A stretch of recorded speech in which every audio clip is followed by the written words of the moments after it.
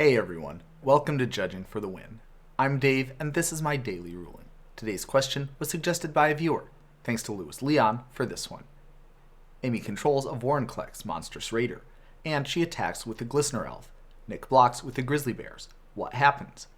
What would happen if, instead of Amy, Nick was the one that controlled Vorinclex? Alright, so this is a really interesting question because Vorinclex actually cares about which player is physically putting the counters on the permanent, which is not something that comes up very often.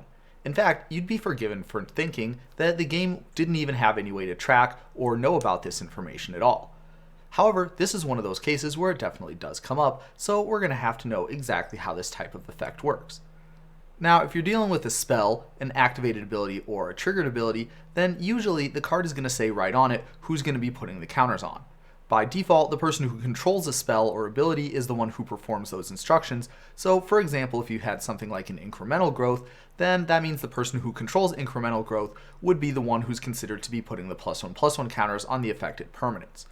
On the other hand, some spells and abilities are worded differently, so be sure to be careful when you're applying this. So for example, something like an Orzhov Advocist, you can see that each player is going to be putting the +1/+1 counters on their own creature.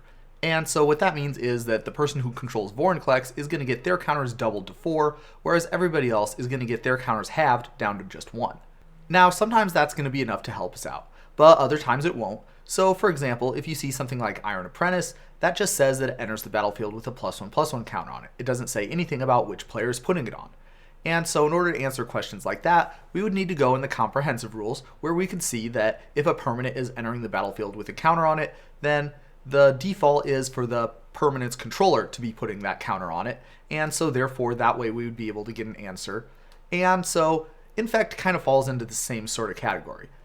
Infect as a keyword by itself doesn't really say anything helpful, and the reminder text is similarly unhelpful when we're trying to decide which player is going to be putting those counters on.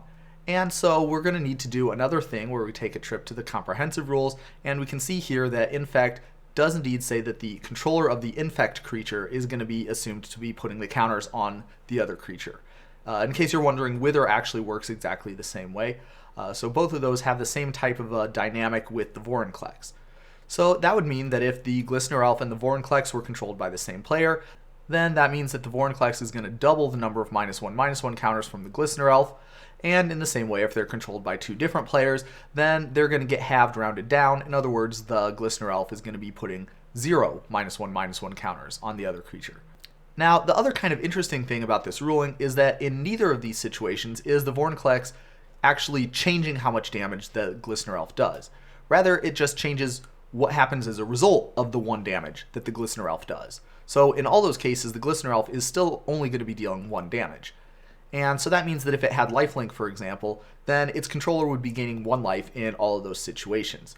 That's kind of trippy because it doesn't match up with the amount of effective damage that the Grizzly Bears takes, but that's how the rules work. And that's all I have for you today.